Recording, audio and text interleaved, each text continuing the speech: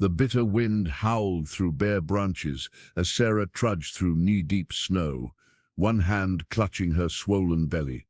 Abandoned by everyone who once claimed to love her, this young mother-to-be was just hours away from bringing new life into a world that had shown her little mercy. With each labored step, her hope dimmed like the fading winter light until a flicker between the trees caught her eye, a cabin, smoke curling from its chimney. Inside, Eleanor Gardner, a woman who'd known her own share of heartbreak, sat alone as she did every evening for the past 7 years. Neither woman could have imagined how this chance encounter would heal wounds both had carried for decades. What ancient prophecy was about to be fulfilled in this remote cabin? Sarah clutched her worn backpack tighter as another contraction gripped her body. Inside that frayed pack lay her entire life. A change of clothes, a small blanket for the baby, and tucked in a hidden pocket, the only sonogram photo of her child. The backpack had been her companion through it all. 8 months ago, life had been different. Sarah had been a nursing student with a steady boyfriend and supportive parents. Then came the pregnancy test and everything unraveled faster than she could have imagined. Mark's face had transformed from loving to cold in an instant. "I can't be a father," he'd said, packing his things. "This isn't what I signed up for." Her parents' reaction had been even worse. Her father's disappointment had cut deeper than his words. "Not under our roof," he declared. "You've made your choice." Within a week, Sarah had been homeless, her education on hold, her future uncertain. She'd managed to find odd jobs, sleeping on friends' couches, until one by one, they too had reached their limits of charity. The contractions were coming faster now. The snowstorm had been unexpected. The forecast had mentioned flurries, not this blinding white fury. She'd been trying to reach the women's shelter in Northbrook, but the bus had stopped 20 miles short due to road conditions. Walking had seemed possible then. Now, as darkness fell and the temperature plummeted, Sarah recognized the danger. Inside the cabin, Eleanor Gardner set her weather-beaten journal aside. For decades she'd recorded her thoughts in its pages, each entry a testament to her solitude. Lately her entries had been troubled by strange dreams.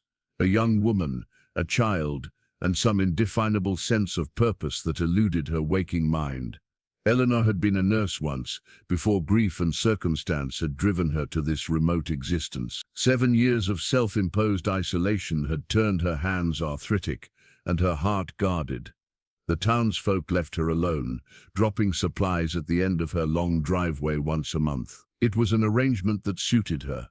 Tonight, though, something felt different. The air seemed charged with expectation. She'd built the fire higher than usual, made extra tea, set out 2 cups instead of 1. When questioned by her rational mind, Eleanor had no explanation for these preparations. Outside, Sarah stumbled. The pain was becoming unbearable. The baby wasn't due for another 2 weeks, but the stress, the cold, the exertion, her body was betraying her. Through tear-blurred eyes, she saw the golden light of windows ahead. Just a little further. Eleanor stirred her tea, staring into the fire. The journal entry she'd just completed was unlike her usual methodical recordings. "Someone is coming," she'd written, the words flowing from her pen unbidden. "Someone who will change everything." The knock, when it came, was so faint. Eleanor almost mistook it for a branch against the window, but something pulled her from her chair toward the door, some instinct she hadn't used in years. When she opened the door, the sight of the young woman, barely more than a girl really, clutching her pregnant belly while leaning heavily against the doorframe, sent a jolt of recognition through Eleanor. Not recognition of the face, which she'd never seen before, but of the moment. This was what her dreams had been preparing her for. "Please," Sarah whispered, her voice nearly lost in the howling wind. "I think my baby's coming." Eleanor hesitated only for a heartbeat before opening the door wider. "Come in," she said, her voice rusty from disuse. "You're safe now." As Sarah crossed the threshold, the wind suddenly died, as though the storm itself had only existed to drive her to this doorstep, to this moment, to this meeting that would change both their lives forever. Eleanor helped Sarah to the worn sofa near the fireplace, her nurse's instincts taking over despite years of disuse. The young woman's face was pale, her breathing labored. As Eleanor bustled about gathering towels and blankets, her eyes kept returning to the mantelpiece, where a faded photograph stood in a simple wooden frame. The photo showed a much younger Eleanor in a crisp nurse's uniform, standing proudly beside a tall man in military dress. Their smiles captured a moment of perfect happiness, frozen in time before tragedy rewrote their story. "How far apart are your contractions?" Eleanor asked, setting down a mug of hot tea beside Sarah. Sarah grimaced. "Maybe 15 minutes? It's hard to tell." She accepted the tea gratefully, her hands shaking. "I'm sorry to impose like this. I don't have anywhere else to go." Eleanor's eyes softened. "Nobody finds my cabin by accident, especially not in a storm like this." She settled into her rocking chair, studying the young woman. "I'm Eleanor Gardner, Sarah Mitchell," she replied, her eyes darting around the cabin, taking in the simple, orderly space. Her gaze lingered on the photograph. "Is that your husband?"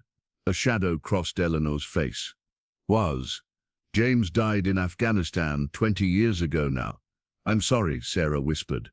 Eleanor nodded, the familiar ache in her chest, dulled by time. "What about the baby's father?" Sarah's face hardened. Mark decided fatherhood wasn't for him. 8 months pregnant was apparently the perfect time to tell me that. "And your family?" "They made their position clear when they changed the locks." Sarah's voice cracked. "Religious family, unmarried daughter, you can imagine the rest." Eleanor could indeed imagine it.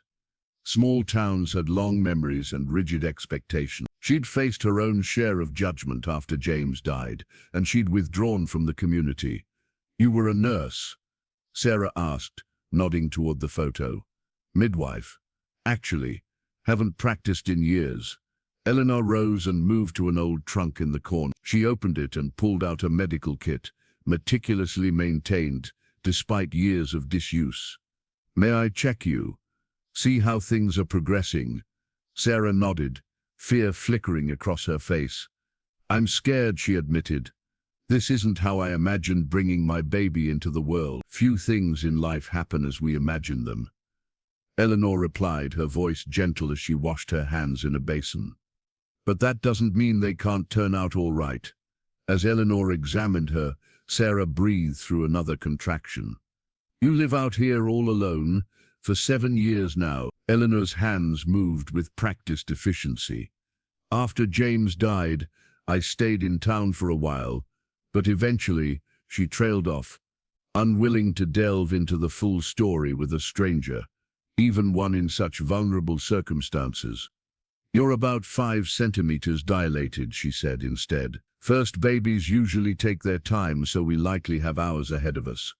Outside, the storm intensified, snow piling against the windows as wind rattled the cabin's frame. The two women, strangers thrust together by circumstance, fell into an uneasy silence, broken only by the crackling fire and Sarah's occasional gasps of pain. "There's something strange about all this," Eleanor finally said, voicing the thought that had been nagging at her since opening the door. "The dreams I've been having, you arriving tonight, of all nights."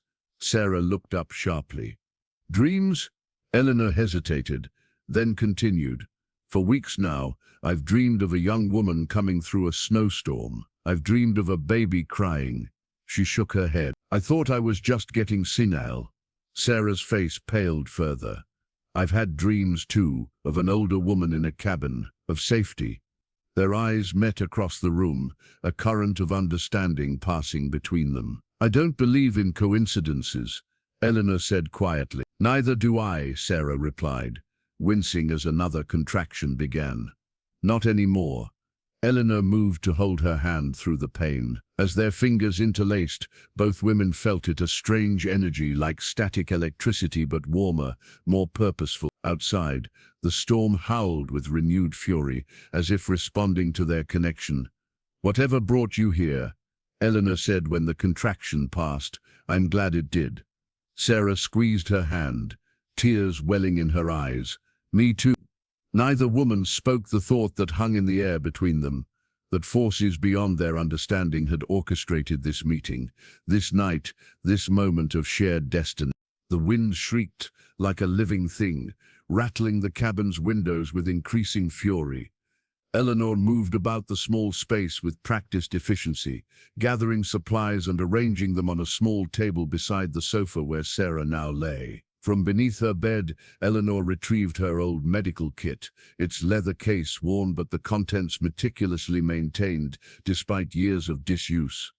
"The phone lines are down," Eleanor announced, returning from checking the old rotary phone in the kitchen. "Not that they're reliable on the best of days out here." Sarah breathed through another contraction, longer and more intense than the last. "How far is the nearest hospital?" 30 miles. "In this storm?" Eleanor shook her head. "We're on our own tonight." Ear flashed across Sarah's face. Eleanor sat beside her, taking her trembling hand. "I delivered over 200 babies before I retired. This isn't ideal, but we'll manage." As if in response to her words, the lights flickered once, twice, then died completely. The cabin plunged into darkness, illuminated only by the orange glow of the fireplace. "Perfect timing," Eleanor muttered, striking a match to light the oil lamp on the side table. The warm light spread across the room, casting long shadows. "Let me check the generator." But before she could move toward the door, a flash of blue-white light pulsed outside the windows, bright enough to momentarily blind both women. It was followed by an odd silence, the howling wind suddenly, inexplicably quiet. "What was that?" Sarah whispered, clutching her belly protectively. Eleanor moved cautiously to the window, peering out into the darkness. "I don't know. Lightning maybe, though I've never seen lightning in a snowstorm." Outside, strange lights danced among the trees, not the harsh beam of flashlights or headlights, but something softer, almost ethereal. They pulsed and swayed, as if moving to music only they could hear.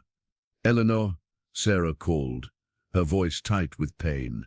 "Something's happening. The contractions are coming faster." Eleanor hurried back to her side, professional concern overtaking her curiosity about the lights. She helped Sarah shift to a more comfortable position, checking her dilation with practiced hands. "You're progressing quickly," she said, surprise evident in her tone. "Much faster than I would expect for a first baby." As she spoke, the cabin creaked and groaned around them, almost as if it were expanding and contracting with Sarah's labor. A picture fell from the wall, the glass shattering on the wooden floor.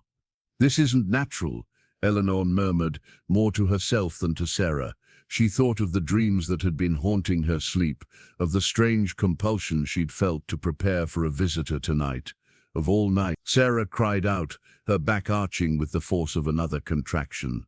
"Tell me about yourself," Eleanor instructed, hoping to distract her from the pain. "Where did you grow up?" Between labored breaths, Sarah spoke of a small town not unlike the one nearby, of strict parents and rebellion, of dreams deferred and hopes abandoned. As she talked, Eleanor was struck by the parallels to her own life, different circumstances perhaps, but similar wounds. "I was pregnant once," Eleanor found herself saying, the words emerging unbidden. She hadn't spoken of this to anyone in decades. "After James died, I didn't know when he deployed." Sarah's eyes widened, her pain momentarily forgotten.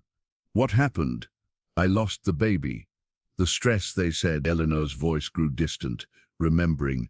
"A little girl. I was going to name her Hope." Outside, the lights intensified, pulsing in rhythm with Sarah's contractions. The wind picked up again, but differently now, almost musical, like voices singing just beyond the range of human hearing. "I never thought I'd be here," Sarah said, tears streaming down her face.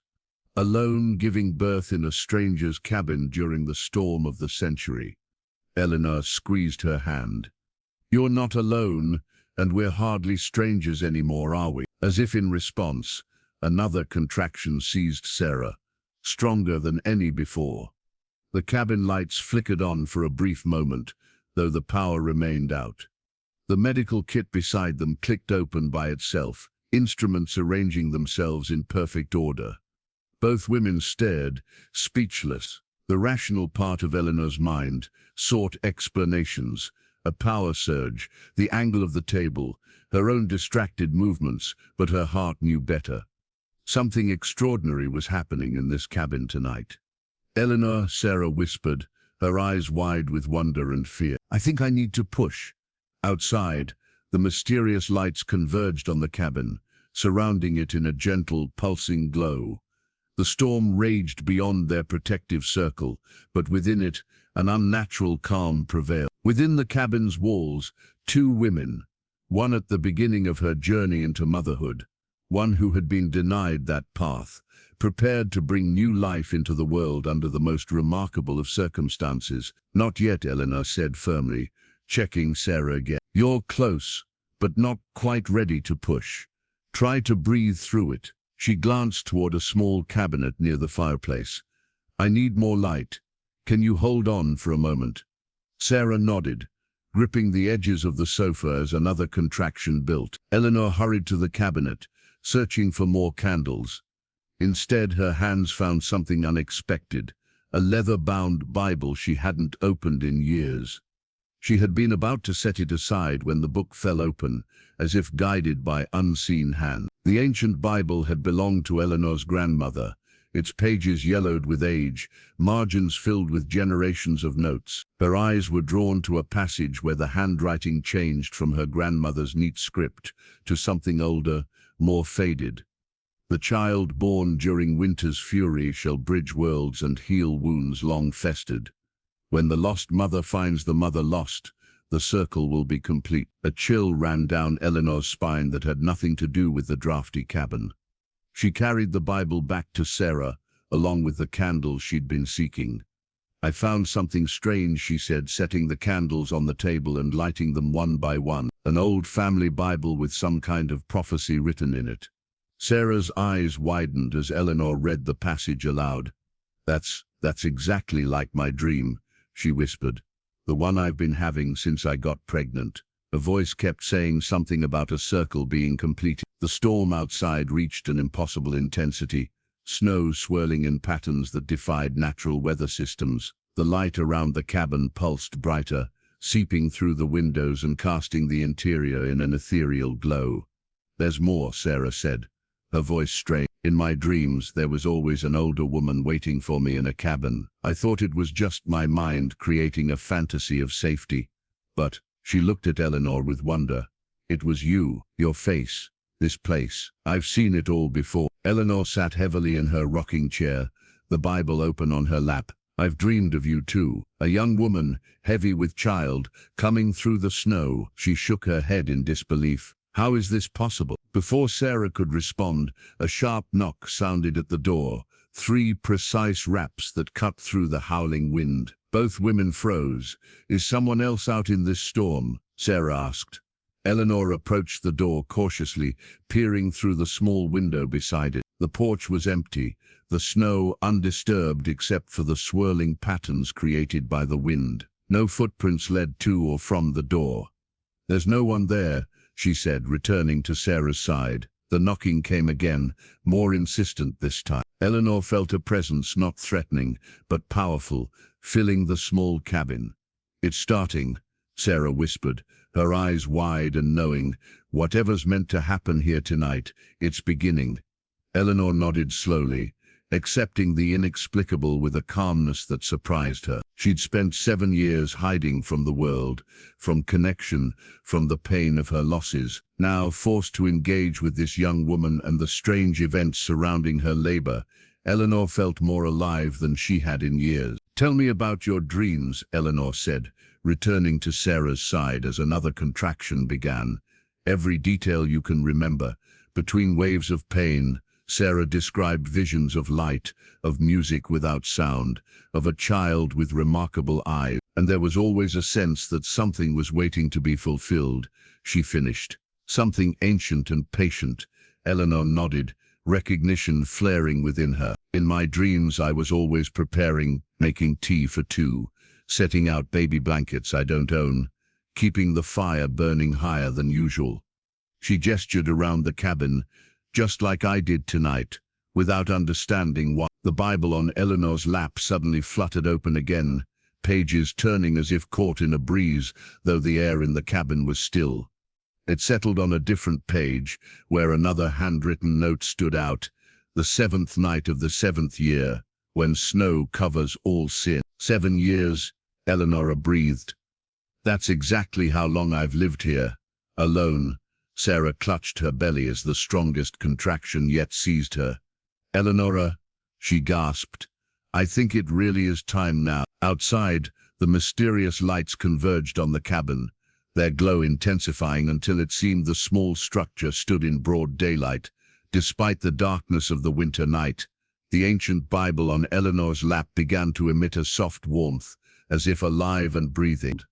As Eleanor moved to help Sarah, the realization struck her with stunning clarity. They were not alone in this cabin tonight. Something or someone was orchestrating events long set in motion, guiding them toward a conclusion written generations ago in the margins of a family Bible. Wait, Eleanor said suddenly, rising from Sarah's side. There's something I need to get.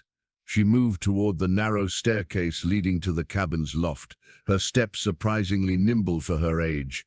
Keep breathing, I'll be right back. Sarah nodded, focusing on the rhythm of her breathing as Eleanor disappeared upstairs. The contractions were coming steadily now, her body preparing for the final stages of birth. Outside, the storm continued its supernatural dance, snow swirling in patterns too deliberate to be natural. Eleanor returned moments later, carefully carrying a hand-carved wooden cradle. Dust covered its surface, but the craftsmanship was evident in every curve and detail. She set it down gently near the sofa and began wiping it clean with a soft cloth. James made this, she explained, her voice thick with emotion. When we found out I was pregnant, he finished it just days before he was deployed. Her fingers traced the intricate leaf patterns carved into the headboard. It's never been used. Sarah's eyes filled with tears. It's beautiful. He was so excited about becoming a father, Eleanor continued, lost in memory. He used to talk to my belly every night, telling the baby stories about all the things they would do together. She smiled sadly. When I lost the baby, I couldn't bear to get rid of the cradle, couldn't bear to use it for anyone else's child either. And yet you brought it down for mine, Sarah observed softly. Eleanor looked up, surprise crossing her features as she realized what she'd done. Yes, she said wonderingly. I did. She finished cleaning the cradle and lined it with fresh blankets from her linen closet. As Eleanor worked, Sarah studied her, seeing beyond the mask of efficiency to the deep wells of grief this woman had carried alone for decades. Why did you isolate yourself out here? She asked, gently. Eleanor's hands stilled. For a long moment, Sarah thought she wouldn't answer. When she finally spoke, her voice was barely above a whisper. After I lost the baby, there was nothing left for me in town. Every corner held a memory of James, every well-meaning neighbor a reminder of what I'd lost. She resumed her preparation of the cradle. People tried to help, but their pity was unbearable. Eventually, they stopped trying. And you came here. This cabin belonged to my grandparents. I spent summers here as a girl. Eleanor gestured around the small space. It was the only place I'd ever felt safe after James died. So I made it my sanctuary, or my prison, depending on how you look at it. Sarah reached out, taking Eleanor's weathered hand in her own. Thank you for letting me in. A powerful contraction interrupted the moment. Sarah gasped, her grip on Eleanor's hand tightening. Something's different, she managed between breaths. Eleanor checked her again, professional demeanor returning. The babies moved down. We're getting close. She helped Sarah shift to a more comfortable position, offering encouragement as the younger woman worked through the pain. As the contraction eased, Sarah looked up at Eleanor with sudden intensity. There's something I haven't told you about why Mark really left. Eleanor waited, sensing the importance of the confession. The night I told him about the baby, he was furious, said it would ruin his plans for medical school. Sarah's voice trembled. He said terrible things, that I'd trapped him, that I'd done it deliberately. Then he hit me. She touched her cheek, remembering. No one had ever hit me before. I was so shocked I couldn't even cry. Eleanor's face darkened with anger. Did you report him? Sarah shook her head.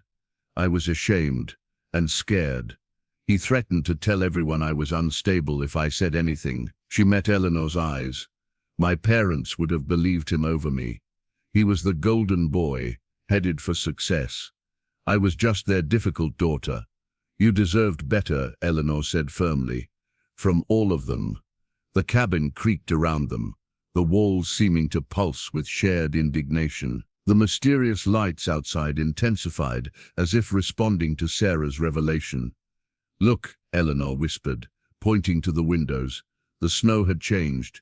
Instead of chaotic swirls, it now formed a protective barrier around the cabin, a perfect circle of stillness amid the storm. Within that circle, the air glowed with soft, multicolored light. It's protecting us, Sarah said with certainty. Whatever it is. Eleanor nodded, beyond questioning the impossible events unfolding around them. As she watched, the hand-carved cradle began to rock gently on its own, though no draft or movement could explain it. I believe, Eleanor said slowly, that we're exactly where we're meant to be.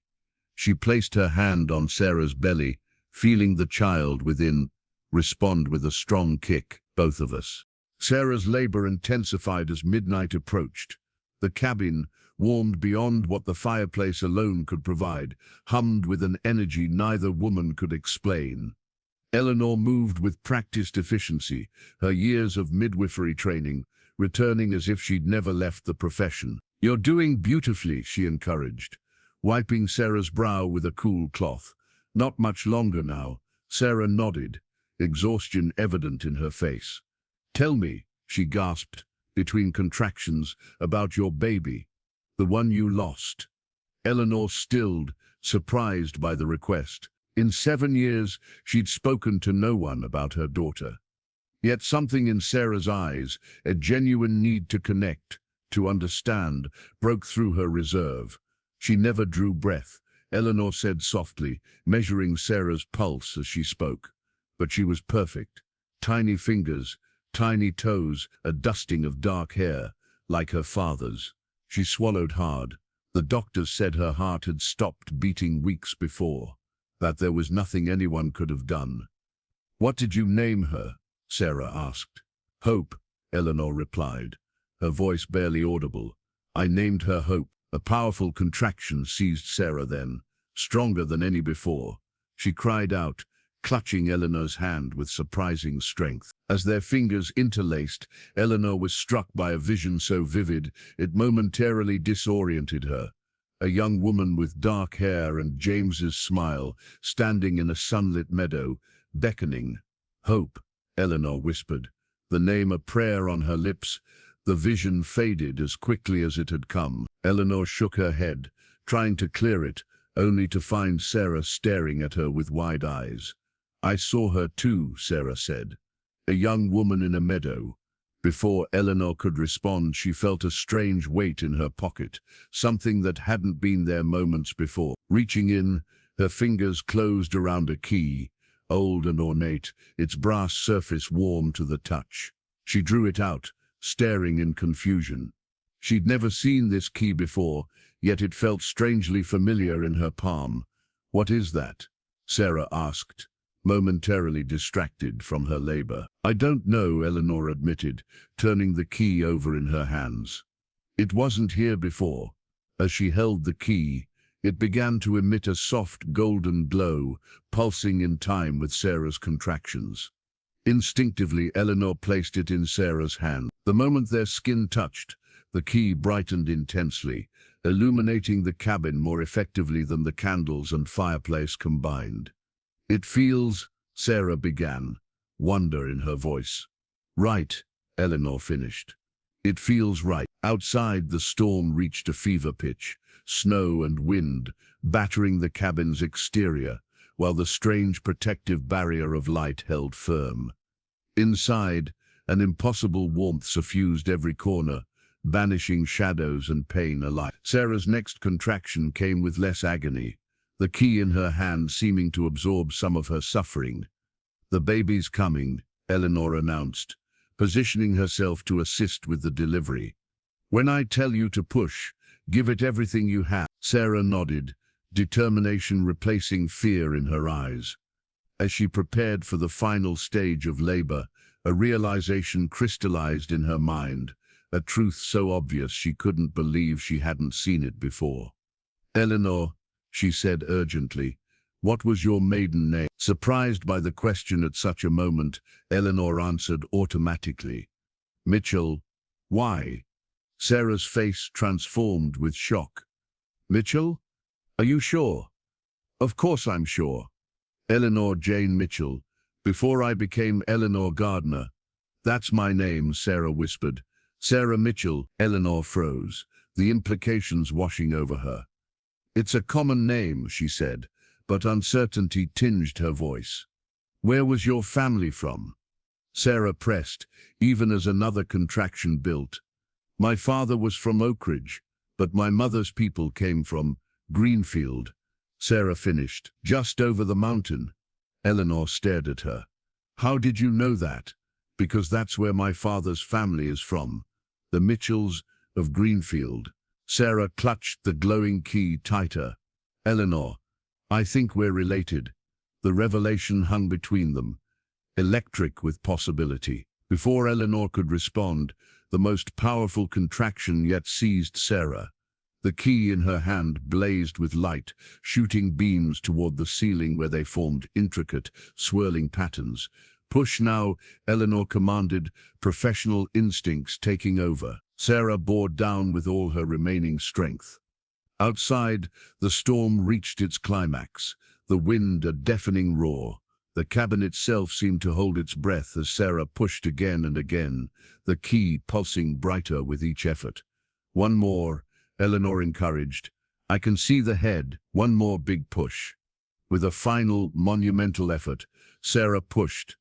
The key in her hand suddenly turned by itself, as if inserted into an invisible lock. A sound like distant chimes filled the cabin as Sarah cried out, a perfect combination of agony and triumph that has heralded new life since time immemorial. While Eleanor helped Sarah through another powerful contraction, the young woman noticed a small wooden chest near the fireplace she hadn't seen before. "Could you bring me some water?" she asked between labored breaths. Eleanor nodded, moving to the kitchen. The moment she was out of sight, Sarah, driven by an inexplicable compulsion, reached toward the chest. It opened at her touch, revealing a single envelope, yellowed with age, addressed simply to "my child." With trembling fingers, Sarah extracted the letter, unfolding it carefully. The handwriting was elegant, but unsteady, as if written through tears. "My dearest Hope, if you're reading this, it means I finally found the courage to let you go. It's been 7 months since you left me, and the world feels impossibly empty without the possibility of you in it. They tell me to move on, to try again, but they don't understand that you were not replaceable. You were my only chance at motherhood, my only connection to your father. The doctors say it was no one's fault, a tragedy without reason. But I blame myself for not being strong enough, for not knowing something was wrong, for failing you before you even had a chance to live. Your father would have been such a wonderful parent. He used to talk to you every night, his hands gentle on my belly, telling you stories of all the adventures you'd have together. When the military chaplain came to our door, my first thought wasn't of myself, but of you, growing inside me, never to know your father's voice. Perhaps that grief is what took you from me too. If so, I am doubly cursed for failing you both. I keep your cradle ready, your blankets washed. Some nights I wake thinking I've heard you cry. The neighbors worry, but I can't bring myself to pack away your things, to admit you're never coming. Know that you were wanted. Know that you were loved. Know that somewhere in whatever comes after this life, your father is holding you, keeping you safe until we can be together again. Always and forever yours, Mom." Sarah folded the letter with reverent care, tears streaming down her face. Eleanor returned with the water, immediately noticing Sarah's distress. "What's wrong?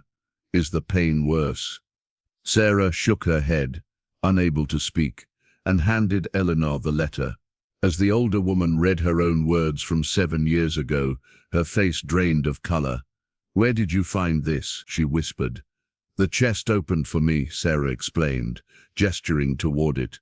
I think I was meant to see it." Eleanor's hands shook as she refolded the letter. "I wrote this the night before I moved here.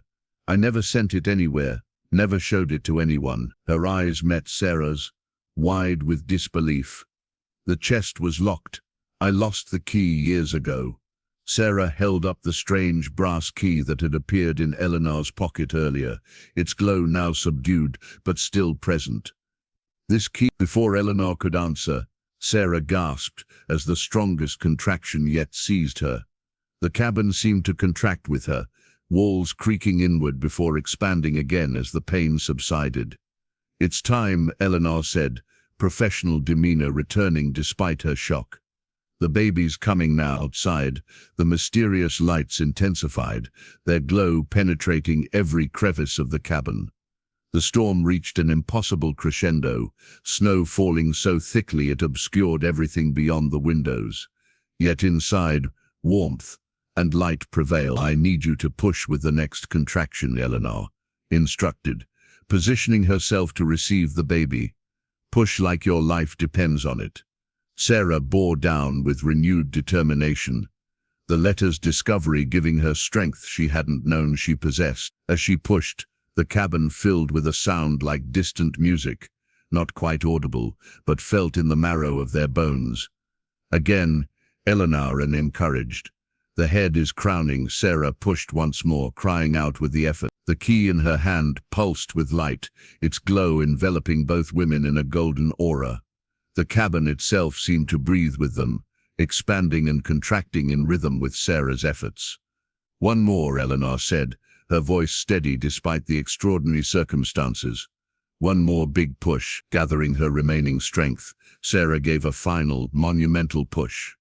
The key in her hand turned once more in its invisible lock, and the music that had been just beyond hearing suddenly crystallized into a perfect, bell-like tone that resonated through the cabin. "Oh, Sarah," Eleanor breathed, her voice filled with wonder. "Oh, my dear, you have a daughter." The newborn's cry pierced the air, strong, vibrant, alive, as Eleanor placed the tiny, perfect child on Sarah's chest. Outside, as if in response, the storm abruptly ceased. The wind died away to nothing. The snow stopped falling, and the mysterious lights that had surrounded the cabin coalesced into a single brilliant star directly overhead. Inside, bathed in its glow, two women who had been strangers hours before wept together over the miracle they had witnessed. The miracle they had, together, brought into the world. The newborn's cries softened as Sarah cradled her against her chest, instinctively knowing what to do despite never having held an infant before. Eleanor worked efficiently, cutting and tying the umbilical cord, checking the baby's vital signs, her professional demeanor belied by the wonder in her eyes. "She's perfect," Eleanor whispered, gently cleaning the tiny girl with warm water. "Absolutely perfect." Sarah couldn't tear her gaze from her daughter's face. The delicate nose, the rosebud mouth, the wisps of dark hair plastered to her head. "I can't believe she's really here," she murmured, "that we made it." As if responding to some unheard signal, a small, intricately carved wooden music box on the mantelpiece, unnoticed by either woman until now, suddenly opened. A gentle melody filled the cabin, hauntingly beautiful and strangely familiar. "That song," Sarah said, looking up in surprise. "I know that song." Eleanor nodded slowly, her face pale. "So do I. My mother used to sing it to me." She moved to the mantelpiece, examining the music box with trembling fingers. "This was hers, but I've never been able to make it work. The mechanism broke decades ago." The melody continued, notes cascading like water over stones. The baby quieted, turning her head toward the sound with an awareness that seemed impossible in one so newly born. "My grandmother used to sing it too," Sarah said. "She said it was a lullaby passed down through generations of Mitchell women." She hummed along, the notes coming to her as naturally as breathing. Eleanor joined her, their voices twining together in perfect harmony, though they'd never sung together before. As they reached the chorus, both women were struck simultaneously by the same memory: a summer day, a lakeside dock, a young woman teaching a little girl the words to an old family song. "I remember you," Sarah breathed, the realization breaking over her like dawn. "You used to visit Greenfield when I was small. You held me on your lap and taught me this song." Eleanor's eyes widened as the fragmented memory crystallized. Sarah Mitchell, little Sarah with the missing front teeth and the braids. She shook her head in disbelief. "You were 5, maybe 6. It was the summer after James died. I was staying with my cousin, my grandfather," Sarah finished. "William Mitchell." "Yes," Eleanor confirmed, sitting heavily in her rocking chair. "William. He invited me to spend the summer, thought it might help me heal." She looked at Sarah with new eyes. "You're William's granddaughter, which makes us family," Sarah said, simply, looking down at her newborn daughter with wonder. "We're family." The baby made a small sound of contentment, tiny fingers flexing against Sarah's skin. Outside, the night had cleared completely. Stars shone with unusual brilliance in the winter sky, their light reflecting off the pristine snow to bathe the world in silver. Eleanor moved to sit beside Sarah, gently stroking the baby's cheek with one finger. "I knew there was something familiar about you from the moment you arrived. Something I couldn't quite place." "The circle is complete," Sarah murmured, echoing the words from the prophecy. "When the lost mother finds the mother lost." As if in response, the music box's melody shifted slightly, the notes rearranging themselves into a variation of the original song. Both women felt a curious sensation, as if time itself had slowed around them, creating a pocket of perfect stillness in which only the three of them existed. "What will you name her?" Eleanor asked softly. Sarah looked up, her decision already made with absolute certainty. "Hope," she said. "Her name is Hope." Eleanor's breath caught, tears filling her eyes. "Are you sure?" "I've never been more sure of anything," Sarah replied. "It's who she is, who she was always meant to be." As the name was spoken, the music box's melody reached its crescendo. The baby, Hope, opened her eyes for the first time, revealing irises of an impossible luminous blue that seemed to hold all the wisdom of ages within them.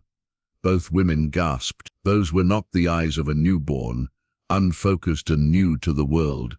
Those eyes held recognition, purpose, love. "She knows us," Sarah whispered. "Both of us," Eleanor agreed, voice hushed with awe.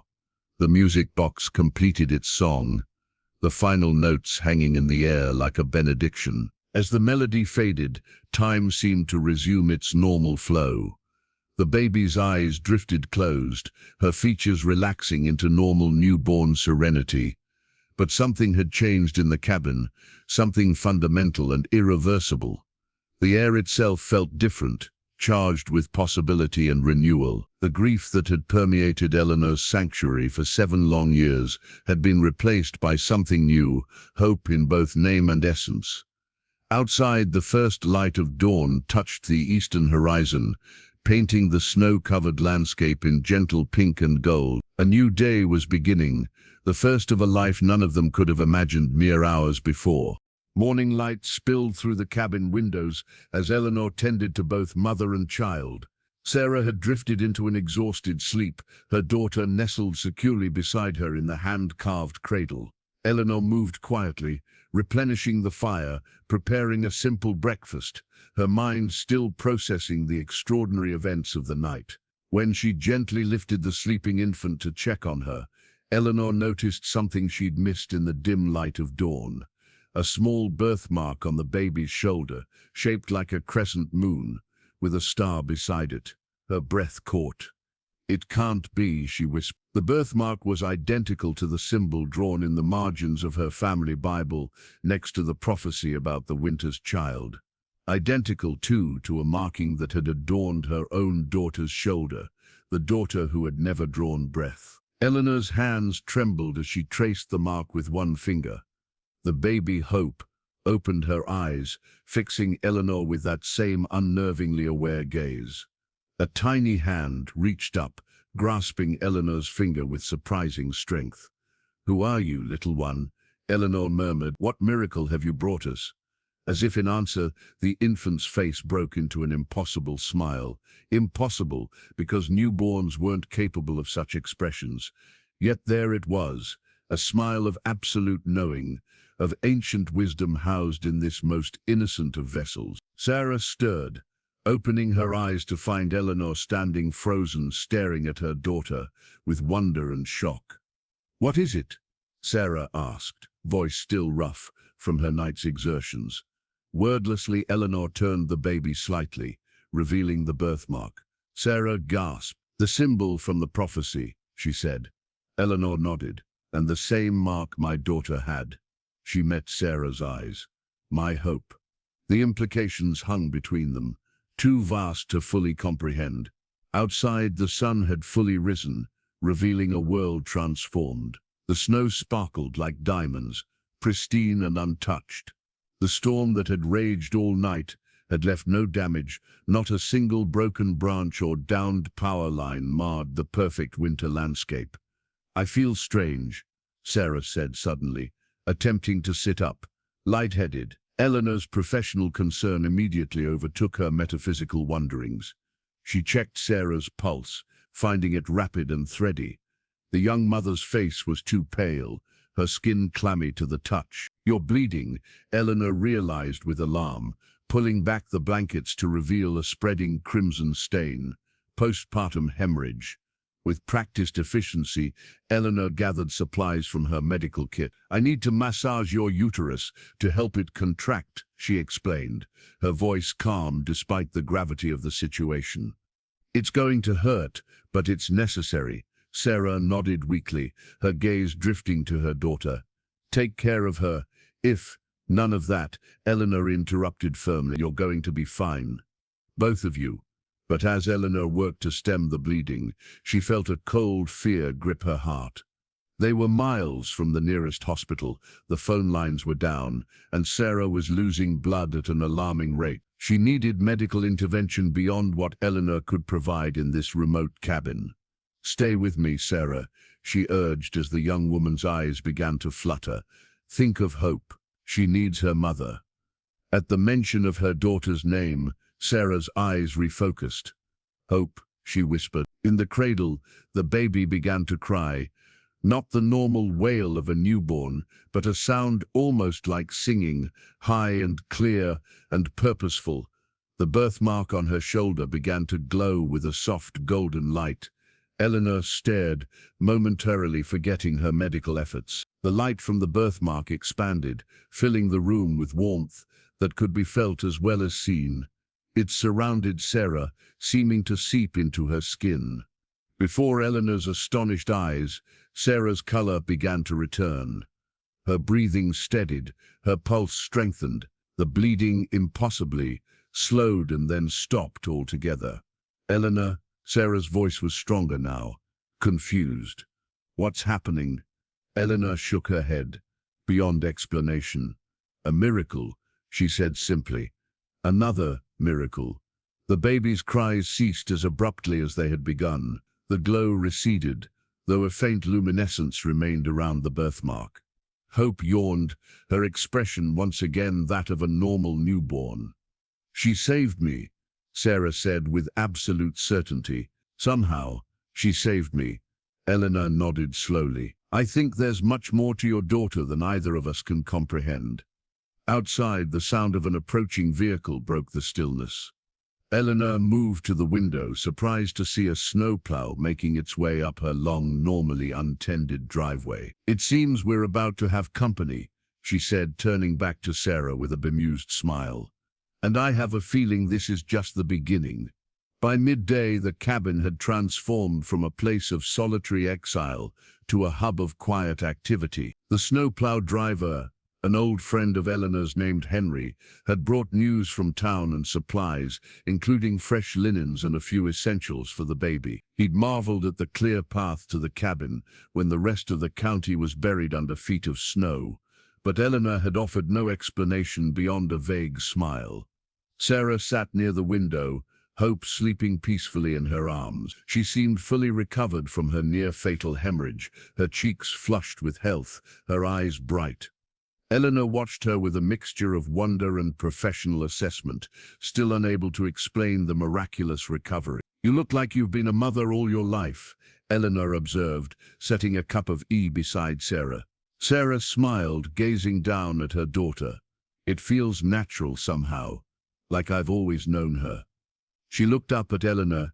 "Is that strange? After everything that's happened in this cabin, I don't think strange has much meaning anymore," Eleanor replied, settling into her rocking chair with her own tea. On the small table between them sat Eleanor's collection of pressed flowers, wildflowers she'd gathered and preserved from the last summer before her self-imposed exile. The leather-bound book that held them lay open, revealing delicate blooms pressed between wax paper, 7-year-old memories of the world beyond her cabin. As they watched in shared amazement, one of the dried purple coneflowers began to change. Color seeped back into its faded petals, the stem straightened, and the once flattened bloom regained its dimension. Within moments, what had been a dried, preserved specimen had become a living flower, as fresh as the day it was picked. "How is this possible?" Sarah whispered, reaching out to touch the flower with trembling fingers. It was real, soft, vibrant, alive. Eleanor shook her head, beyond astonishment after all they had witnessed. "I think your daughter is rewriting the rules of what's possible." As if aware she was being discussed, Hope stirred in her mother's arms, opening those uncannily aware eyes. The birthmark on her shoulder glowed faintly, and one by one, each pressed flower in the collection came to life. Daisies, black-eyed Susans, forget-me-nots, all blooming as if it were high summer instead of deep winter. "They were from the summer after I lost my baby," Eleanor said softly. "The last time I allowed myself to find beauty in the world." Sarah's eyes filled with tears of understanding. "And now they're alive again." A comfortable silence fell between them, broken only by the occasional crackle from the fireplace. Eleanor found herself speaking of things she'd kept locked inside for decades: her childhood in Greenfield, her whirlwind romance with James, her grief after losing both husband and child. "After Hope died, I couldn't bear to be around other people's happiness," she confessed. "Their pity was bad enough, but their joy was unbearable. So I came here where no one could reach me. But I did." Sarah said quietly. "I reached you." Eleanor smiled, a full, genuine smile that erased years from her face. "Yes, you did. You and this remarkable child of yours." The baby cooed, a sound like bells in the quiet cabin. "Tell me about your family," Eleanor asked. "Your parents, my cousins. Do they know you were pregnant?" Sarah nodded, pain flickering across her face. "They knew. Their solution was to send me to a home for unwed mothers in another state. When I refused," she trailed off, the memory still raw. "They chose their reputation over their daughter," Eleanor finished, anger edging her voice.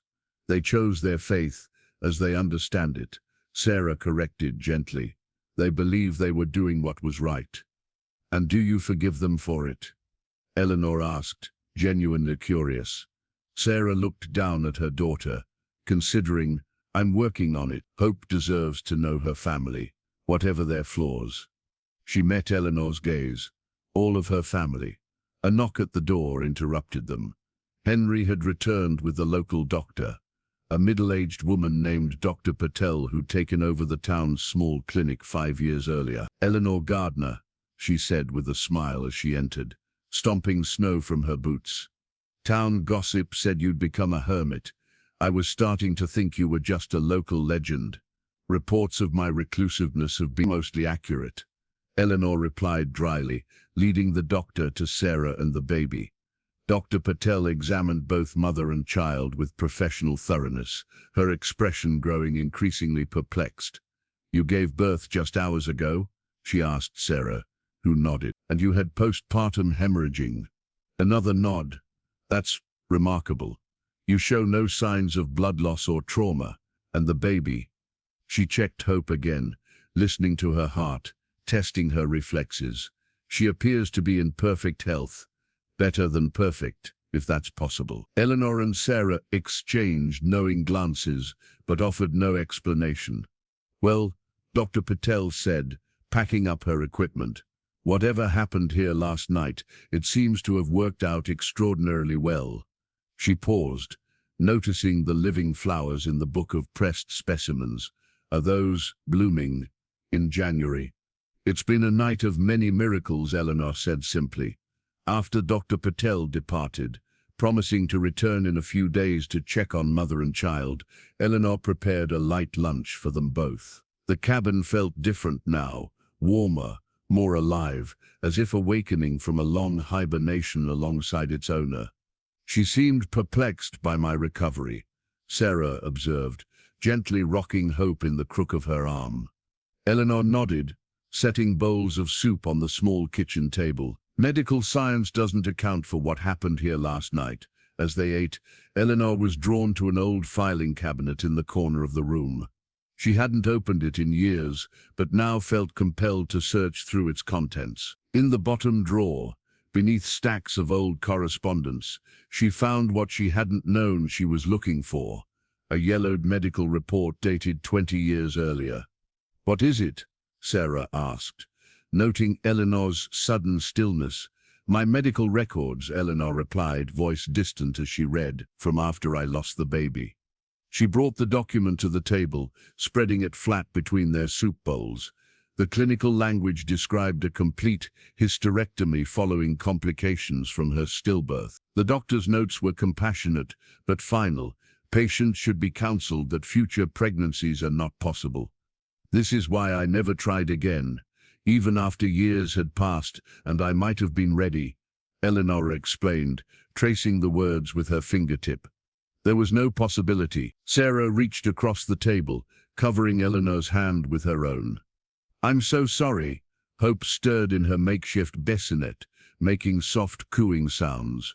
As both women turned to look at her, they gasped in unison. The baby was surrounded by a gentle golden aura, similar to the light that had healed Sarah hours earlier. Before their astonished eyes, the words on the medical report began to shift and change, letters rearranging themselves as if being rewritten by an invisible hand. Where the document had definitively stated Eleanor's inability to bear children, it now read, "Partial hysterectomy performed. Potential for future fertility preserved due to unusual anatomical configuration." "This isn't possible," Eleanor whispered, staring at the altered document. "I remember the surgery, the recovery. I remember the doctor explaining that I would never have children. And yet," Sarah gestured toward the changed report. "And yet," Eleanor agreed, a wild hope beginning to bloom within her chest. She rose abruptly, moving to a small mirror hanging near the door. With trembling hands she examined her reflection, the face that had looked back at her for 57 years, lined now with age and grief. But something was different. The silver that had threaded her dark hair for decades seemed less prominent. The deep creases around her eyes and mouth had softened. "Sarah," she said, voice shaking, "do I look different to you?" Sarah studied her, head tilted thoughtfully. "You look younger somehow, less burdened." Hope's soft cries drew their attention once more. Eleanor moved to lift the infant, cradling her with practiced ease. As she held the child close, the glow surrounding Hope intensified, enveloping them both in its warm light. "What's happening?" Sarah asked, watching the golden aura pulse and flow between her daughter and Eleanor. "I'm not sure," Eleanor replied, though deep within, some instinctive part of her understood perfectly. The baby's tiny hand pressed against Eleanor's chest, directly over her heart. A sensation like warm honey flowed through Eleanor's body, concentrating in her lower abdomen, where the scars of her surgery had marked her for 2 decades. Suddenly overcome with dizziness, Eleanor carefully passed Hope back to Sarah and sank into her rocking chair. The golden light slowly faded, though the warmth it had generated remained, suffusing Eleanor with a vitality she hadn't felt in years. "Eleanor?" Sarah's concerned voice seemed to come from far away. "Are you all right?" Eleanor nodded, unable to speak as the realization crystallized within her mind. The medical report hadn't been falsified or altered. It had been corrected. Reality itself had been rewritten. "I think," she said slowly, "your daughter just healed me. Just as she healed you, but you weren't injured or ill." Sarah pointed out, confused. "Not in body, perhaps, but in spirit, in possibility?" Eleanor's eyes filled with tears of wonder. "I think Hope just gave me back something I thought was lost forever." The implications were too vast to fully comprehend. If Hope could heal physical wounds, restore life to dead flowers, and even rewrite medical history, what were the limits of her abilities? What was she? A knock at the door interrupted their stunned contemplation. Dr. Patel had returned, her expression apologetic. "I'm sorry to bother you again," she said as Eleanor let her in, "but I left my stethoscope." And she stopped short, staring at Eleanor with naked shock. "Eleanor, what happened to you? What do you mean?" Eleanor asked, though she already knew. "You look different. Younger." Patel stepped closer, studying her with professional scrutiny. "Is that even possible?" From her place by the window, Sarah smiled down at her remarkable daughter. "We're discovering that many things we thought impossible are merely waiting for the right moment to reveal themselves as miracles."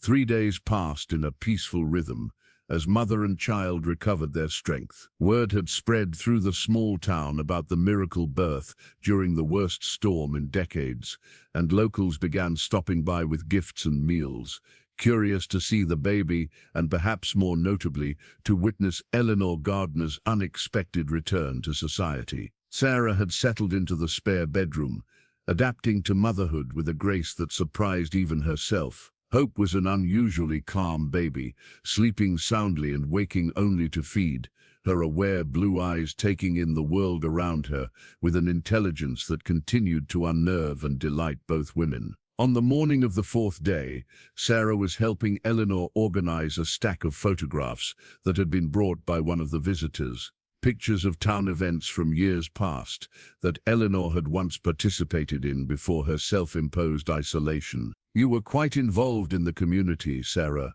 observed, flipping through images of Eleanor at holiday celebrations, town meetings, and charity events. Eleanor nodded, a wistful smile crossing her rejuvenated face. "I was, before." As Sarah turned to the next photograph, she froze. The picture showed a ribbon-cutting ceremony for the town's new community center, dated 15 years earlier. Eleanor stood front and center, scissors in hand, but it was the crowd in the background that had captured Sarah's attention. Specifically, a young couple standing near the edge of the frame. The woman, heavily pregnant, was unmistakably Sarah's mother. Beside her stood Sarah's father, younger but instantly recognizable. "Eleanor," Sarah whispered, pointing to the figures. "That's my parents." Eleanor took the photo, studying it closely. "You're right. They must have been visiting Northbrook." She looked up at Sarah, realization dawning. "Your mother was pregnant. With you?" Sarah nodded, mental calculations confirming the timeline. "This would have been about a month before I was born." "I remember this day," Eleanor said slowly. "The governor came to town for the ceremony.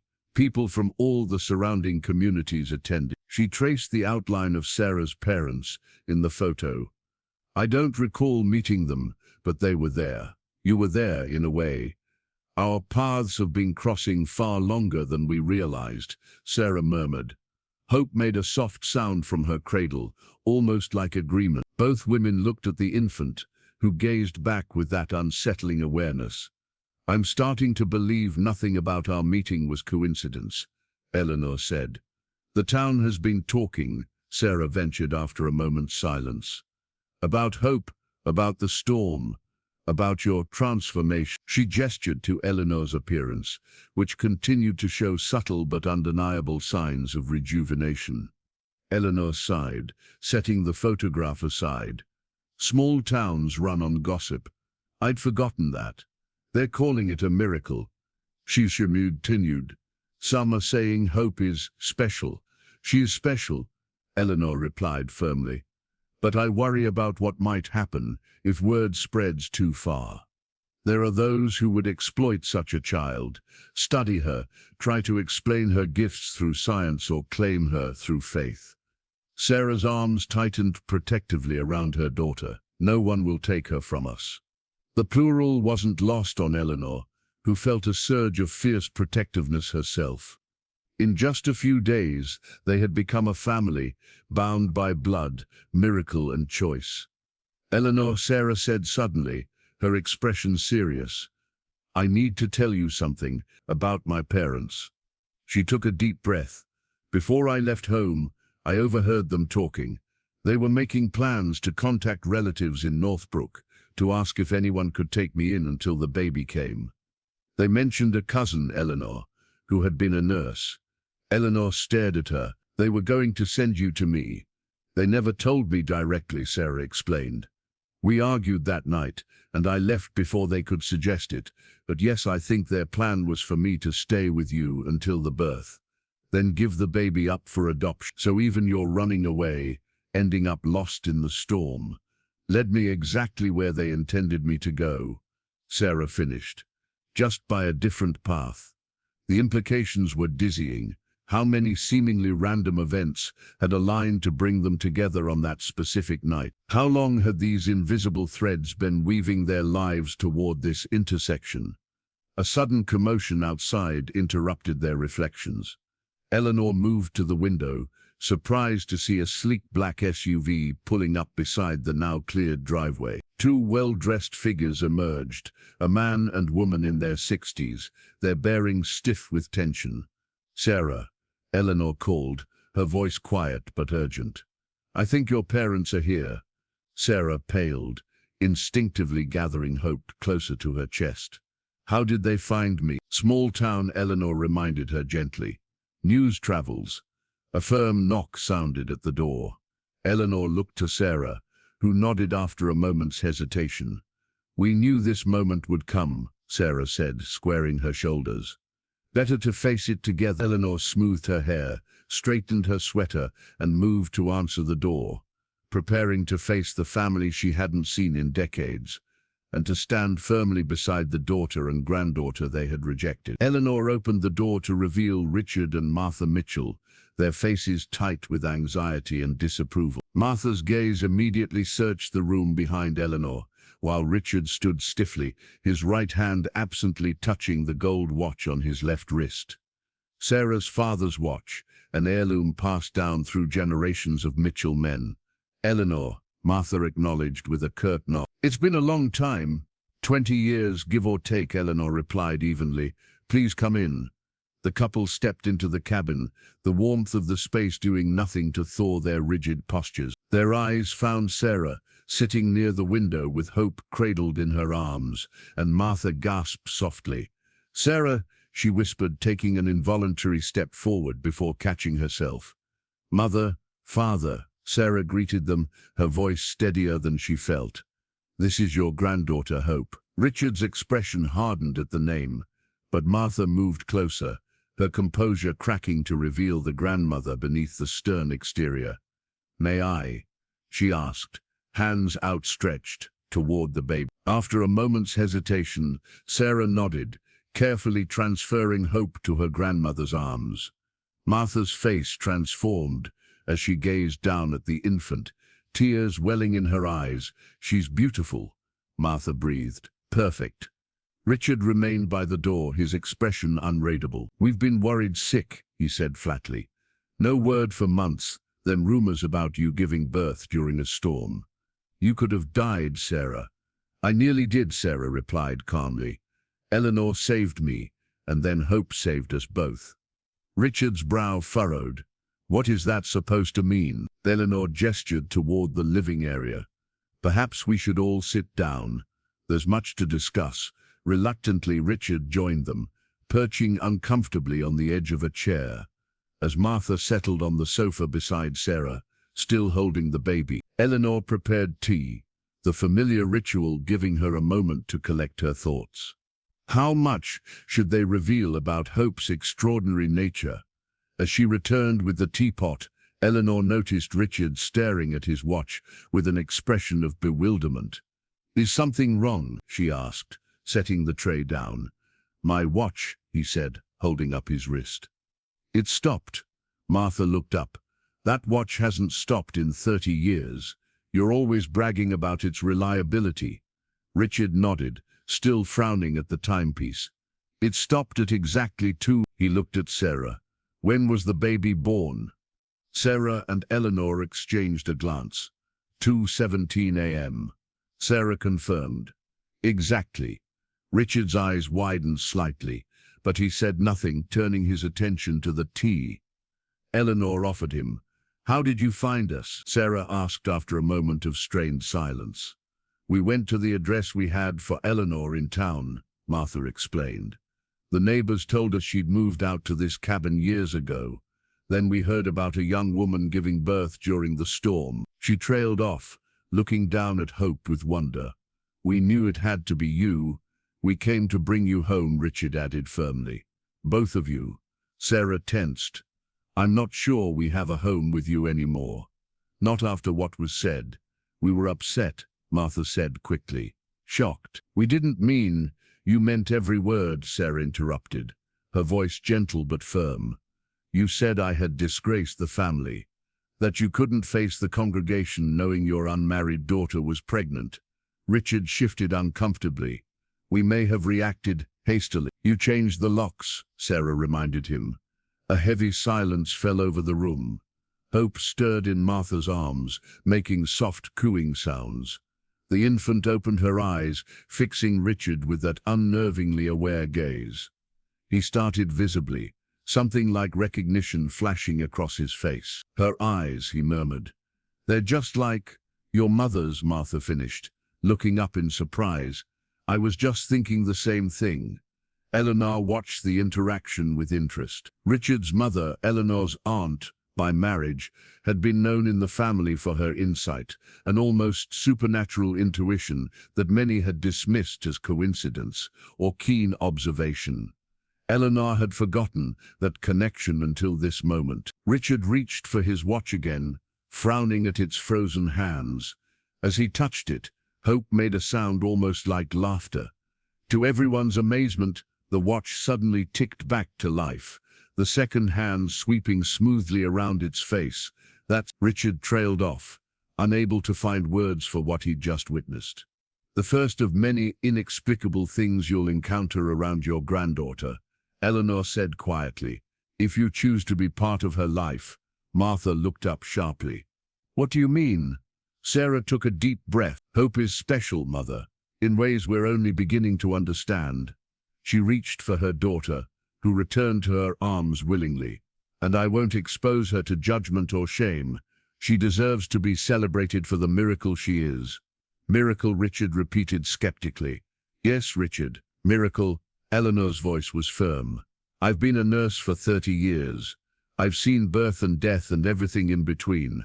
What happened in this cabin 4 nights ago transcended medical explanation." Richard's eyes narrowed, his gaze moving from Eleanor's rejuvenated appearance to the thriving flowers on the windowsill, flowers that shouldn't be blooming in winter, to his now functioning watch. Something in his rigid certainty seemed to waver.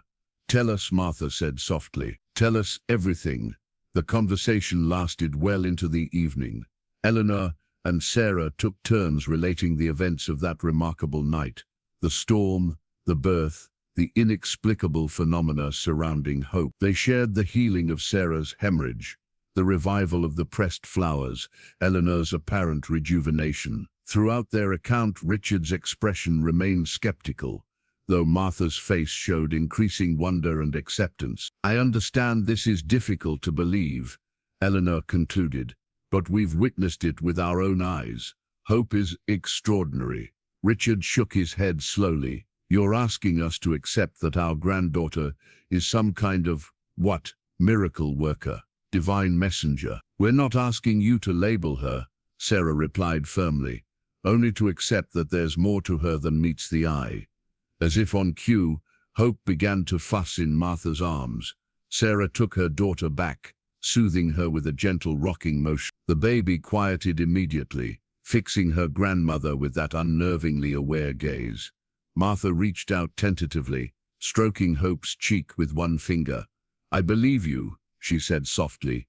I don't understand it, but I believe you. Richard sighed heavily, running a hand through his silver hair. I need time to process all this. Of course, Eleanor said. It's a lot to take in. As the evening progressed, the tension gradually eased. Martha helped prepare a simple dinner, asking Sarah questions about her pregnancy and plans for the future. Richard remained more reserved, but his rigid posture slowly relaxed as he watched his wife and daughter interact. Occasionally his gaze would drift to Hope's cradle, a mixture of wariness and wonder in his eyes. The next morning, Eleanor emerged from her bedroom to find Richard sitting alone at the kitchen table, a newspaper spread before him. The headline caught her attention immediately. Mysterious healings reported in Northbrook area. The article described several cases of unexplained medical recoveries in the days following Hope's birth. A child's asthma suddenly vanishing, an elderly man's arthritis improving overnight, a woman's decades-old scar disappearing.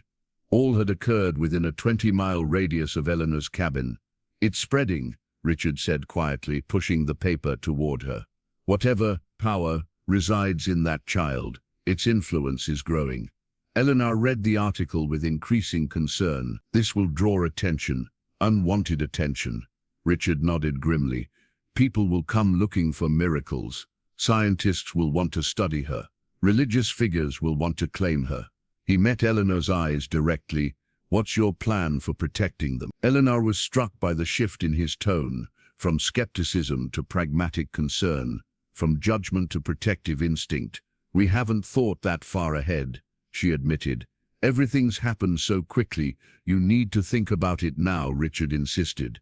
Before this gets out of control. Sarah entered the kitchen, Hope cradled against her shoulder. What's going on? Eleanor handed her the newspaper. Sarah's face paled as she read. They don't mention us specifically, Eleanor reassured her, but it won't take long for people to make the connection. We should leave, Sarah said immediately. Go somewhere no one knows us, and live in hiding. Richard asked. For how long? The child's entire life.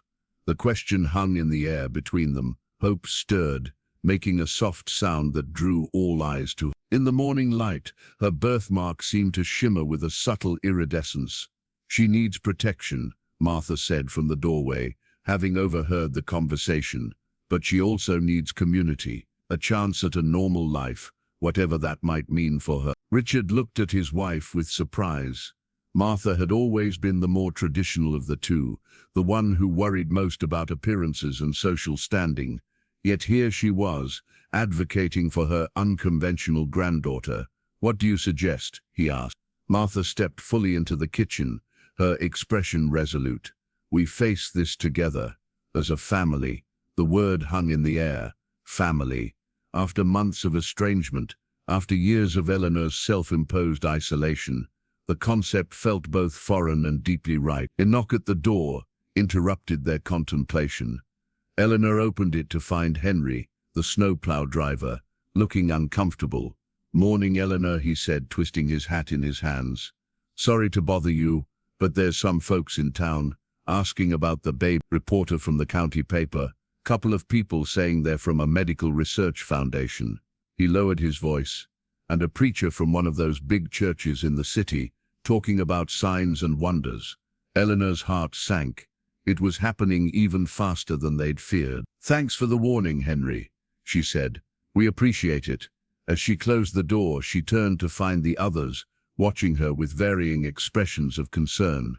It's starting, she said simply. Richard stood, decision made.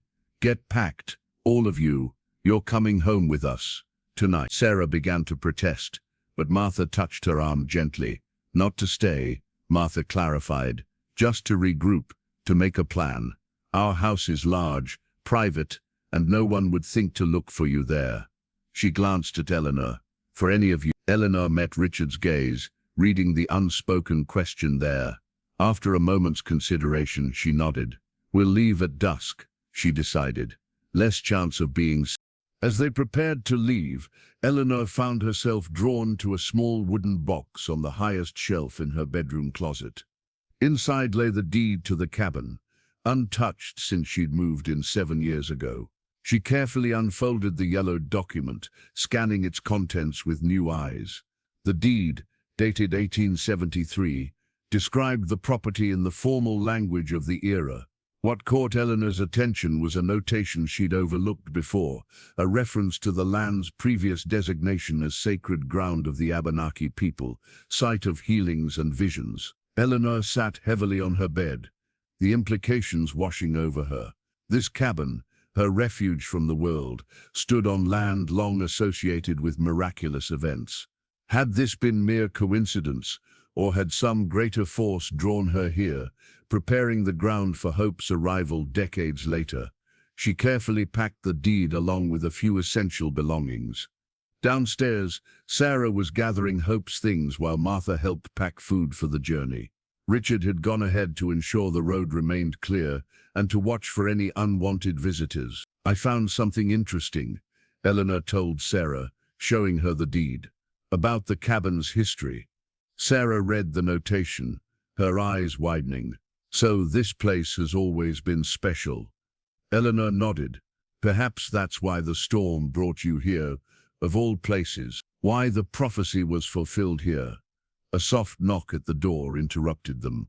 Martha tensed, but Eleanor recognized the pattern. 3 dull taps. Richard signaled that the coast was clear. She opened the door to find not only Richard, but also Dr. Patel, looking apologetic and concerned. I hope I'm not intruding, the doctor said, but there's something you should know. Eleanor ushered her inside, closing the door quickly against the gathering dusk.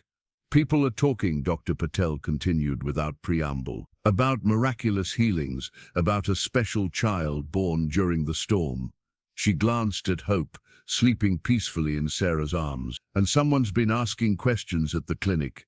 A man claiming to be from a pharmaceutical research company, very interested in the anomalous medical events of the past week. Did you tell him anything? Richard asked sharply. Dr. Patel shook her head. Doctor-patient confidentiality, but he's persistent, and he's not alone. There's a reporter, a self-proclaimed faith healer, and others. She turned to Eleanor. They'll find you eventually. This town isn't big enough for secrets. We're leaving tonight, Eleanor assured her. Thank you for the warning. Dr. Patel hesitated, then reached into her bag. I brought something for the baby. A gift. She handed Eleanor a small silver pendant on a delicate chain. It was my grandmother's. She was a healer in our village in India. Not a doctor, but someone people turned to when medicine failed them. Eleanor accepted the pendant, touched by the gesture. Thank you. There have always been special children in this world, Dr. Patel said softly. My grandmother spoke of them, children who come bearing gifts beyond our understanding. She smiled at Hope. They need protection, yes, but they also need guides who understand their purpose. After the doctor left, they finished their preparations in thoughtful silence. As twilight deepened, they loaded the cars. Eleanor would ride with Sarah and Hope in Richard's SUV, while Martha would drive Eleanor's seldom-used sedan. Just as they were about to leave, the sound of an approaching vehicle sent them back inside, dousing lights and peering cautiously through the curtains. A sleek black car pulled up, its headlights illuminating the cabin's exterior. A familiar figure emerged. It's Mark, Sarah whispered, her face paling. Hope's father. Eleanor felt a surge of protective anger. How did he find you? Small town, Richard reminded them grimly. Word traveled. Mark approached the cabin, his confident stride betraying no hint of the man who had abandoned Sarah in her time of need. He knocked firmly on the door, waited, then knocked again more insistently. "We could wait him out," Martha suggested. Sarah shook her head, a resolved expression settling over her features. "No, I need to face him." She handed Hope to Eleanor. "Keep her safe." Before anyone could protest, Sarah moved to the door and opened it, standing tall in the frame to block any view of the cabin's interior. "Sarah," Mark's voice carried clearly in the evening air. "Thank God. I've been so worried." "Have you?" Sarah's tone was coolly polite. "That's a recent development then. I've been trying to find you for months," he insisted. "Your parents wouldn't tell me anything." "With good reason," Richard muttered from his position by the window. "What do you want, Mark?" Sarah asked directly. He stepped closer. "I heard about the baby, about the unusual circumstances." His voice lowered. "People are saying things, Sarah. Extraordinary things. People talk," Sarah replied evenly. "Especially in small towns." "I want to see my child," Mark said, his tone hardening slightly. "I have rights." "Rights?" Sarah's laugh held no humor. "You forfeited any rights when you walked out on us. When you said, and I quote, 'Deal with it yourself.'" "I was scared," Mark admitted, his voice softening to the persuasive tone Sarah once found charming. "I made a mistake. I want to make it right." He reached for her hand. "We could be a family, the three of." From her position by the window, Eleanor could see what Sarah could not. The calculating look in Mark's eyes, the way they darted past her to scan the cabin's interior. This was not the visit of a penitent father, but a man who had heard rumors of something valuable and had come to claim his share. Inside Eleanor's arms, Hope stirred, her blue eyes opening wide. The birthmark on her shoulder began to glow faintly, pulsing like a silent warning. "Mark," Sarah said firmly, "I don't believe you, and even if I did, you can't just walk back into our lives after everything that happened." His charming facade slipped slightly. "At least let me see the baby." "My daughter." "Our daughter," Sarah corrected. "And no, not tonight.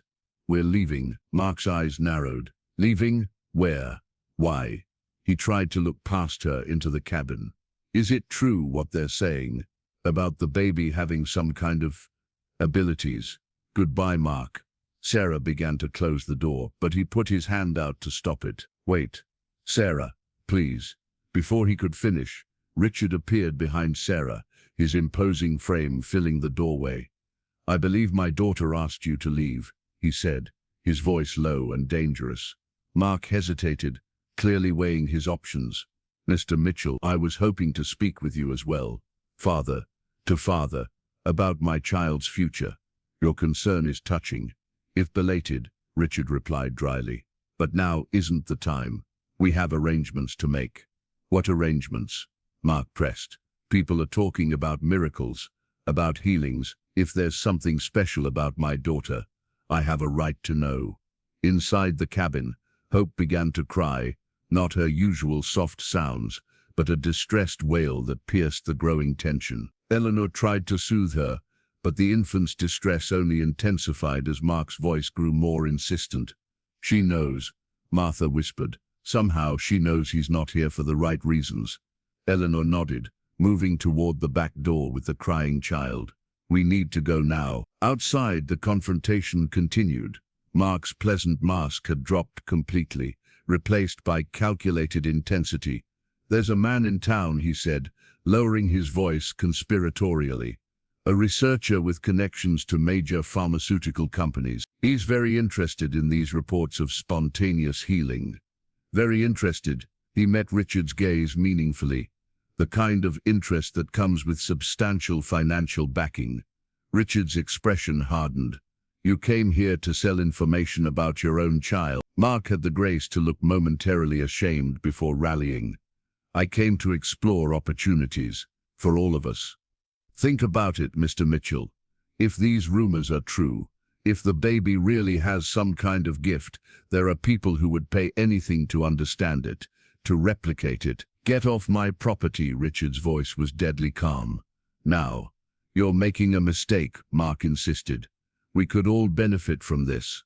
Sarah and the baby would be set for life. Sarah stepped forward, her eyes blazing. My daughter is not a research subject or a source of income. She's a child, a miracle. Don't be naive, Mark scoffed. Miracles can be monetized like anything else. The sound of shattering glass from inside the cabin startled them all. Richard pushed Sarah behind him, stepping toward Mark with unmistakable menace. You have 10 seconds to get back in your car and drive away, he warned, or I'll show you exactly how seriously I take threats to my family. Mark backed up, hands raised in a placating gesture. This isn't over. That's my child too, and I have rights. Rights you'll have a hard time claiming after abandonment, Richard countered. Now go. As Mark reluctantly retreated to his car, Martha appeared at the back door, her face tight with worry. Someone tried to break in, she reported in a hushed voice. Eleanor took Hope out the side door to the car. We need to leave now. Richard nodded, ushering Sarah toward their vehicle while keeping one eye on Mark's retreating car. Stay together, he instructed. We'll head straight for the highway. As they pulled away from the cabin, Sarah looked back at the small structure that had sheltered her during the most transformative days of her life. The sight that met her eyes made her gasp. The cabin was surrounded by a soft golden glow, visible only for a moment before they turned onto the main road. Did you see that? She asked. Eleanor nodded, cradling Hope close. It's protecting itself, just as it protected us. They drove in tense silence for several miles, watching for any sign of pursuit. Hope had calmed once they were away from the cabin, now sleeping peacefully in Eleanor's arms. It was Martha who finally broke the quiet. We can't keep running, she observed. Sooner or later we'll have to decide how to live with this miracle we've been given.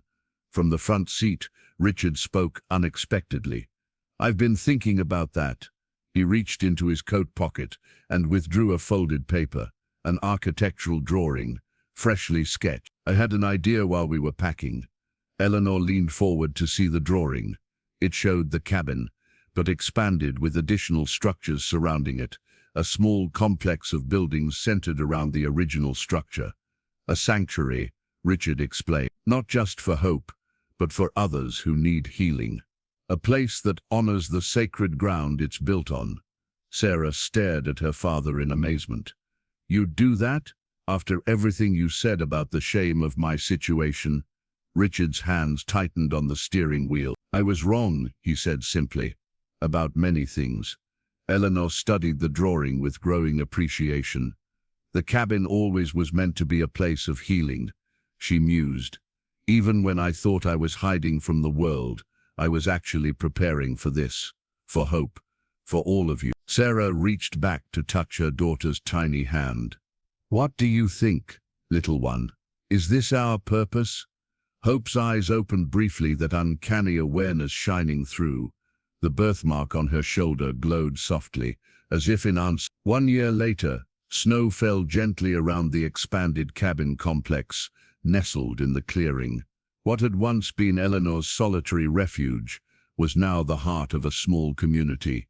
The Hope Center for Healing, as the modest sign at the entrance proclaimed. Sarah sat by the window in what had once been Eleanor's living room, now a comfortable gathering space. In her hands, she held a leather-bound journal, its pages filled with her neat handwriting. She had begun recording their story the day after they'd left the cabin, determined that Hope would one day understand the extraordinary circumstances of her birth and the changes she had brought to all their lives. She's finally asleep, Eleanor announced, entering the room and settling into her familiar rocking chair. At 58, she looked a decade younger than she had a year ago, her face softened by joy and purpose, rather than the miracle that continued to unfold around her granddaughter. Just in time, Sarah smiled. Everyone should be arriving soon. They had chosen Hope's first birthday to formally open the center to the public, though it had been quietly operating for months. What had begun as Richard's impulsive sketch had evolved into a carefully planned sanctuary, a place where those in need could come for healing of body, mind, and spirit. The journey hadn't been without challenges. Mark had indeed attempted to assert his parental rights, hiring lawyers and threatening lawsuits. But faced with the united front of the Mitchell family and his own documented abandonment, his case had crumbled. His final attempt, selling his story to a tabloid, had backfired when the resulting article was so sensationalized that no one took it seriously. There had been others too, researchers, journalists, religious leaders, all drawn by rumors of miraculous events, but the family had been selective about who they allowed into their circle, building a community of trusted individuals who understood the delicate balance they sought to maintain. "Any word from Dr. Patel?" Sarah asked, closing her journal. Eleanor nodded. "Her flight landed an hour ago. Richard's picking her up on the way back from town." The doctor had become an essential ally, using her medical credentials to document Hope's effects on patients while helping shield the child from unwanted attention. Her connections had brought other medical professionals with open minds and compassionate hearts, people who could appreciate the miraculous without needing to dissect or exploit it. "I still can't believe how much has changed in a year," Sarah mused, looking around at the transformed space. "Some things haven't changed," Eleanor observed with a smile. "Hope still has your eyes, and her father's chin, unfortunately." Sarah laughed. "And your spirit," she added softly, "your resilience." The sound of vehicles approaching interrupted their moment of reflection. Through the window they could see Richard's SUV leading a small procession of cars up the freshly plowed driveway. The first anniversary celebration was about to begin. As Sarah rose to greet their guests, Hope's cry sounded from the nursery. "Perfect timing, as usual," she said with a rueful smile. "Can you get the door? I'll get her ready." In the nursery, once Eleanor's spare bedroom, Hope stood in her crib, her dark curls tousled from sleep. At 1 year old, she remained extraordinary in subtle ways. Her development had progressed rapidly, but not impossibly so. Her awareness, her connection to those around her, the occasional manifestations of her gift, all could be explained away by those who needed rational explanation. But for those who knew her, who loved her, there was no denying the miracle she embodied. "Happy birthday, little miracle," Sarah whispered, lifting her daughter into her arms. Hope reached up to touch her mother's face, a gesture of connection that never failed to bring tears to Sarah's eyes. In that touch, Sarah felt all the love, purpose and wonder that had entered her life on that stormy night a year ago. Downstairs, voices filled the main room, Richard and Martha greeting guests, Eleanor explaining the center's mission, Dr. Patel discussing their research. The community they had built, deliberately small but growing steadily, was gathering to celebrate not just Hope's birth, but the renewal she had brought to all their lives. Sarah carried Hope downstairs to join the celebration. As they entered the room, conversations paused, all eyes turning to the child who had brought them together. Hope regarded them solemnly for a moment before breaking into a brilliant smile that illuminated the room, far more effectively than the warm lamps and crackling fire. Richard approached, taking his granddaughter's tiny hand in his weather-worn one. "There she is," he said proudly. "Our Hope." The simple phrase encompassed everything: the child herself, the healing she had brought, the future they were building together. As if understanding the significance of the moment, Hope's birthmark glowed softly beneath her birthday dress, visible only to those who knew to look for it. Eleanor moved to stand beside Sarah, completing the circle. "From an ending to a beginning," she murmured. "From loss to renewal, from winter's fury to spring's promise," Sarah finished, the words from the ancient prophecy now deeply personal to them all. Outside, snow continued to fall, blanketing the world in pristine white, while inside warmth and light prevailed. Just as they had on the night when a desperate young woman had found shelter, a solitary soul had found connection, and a miraculous child had found her way into the world, changing everything.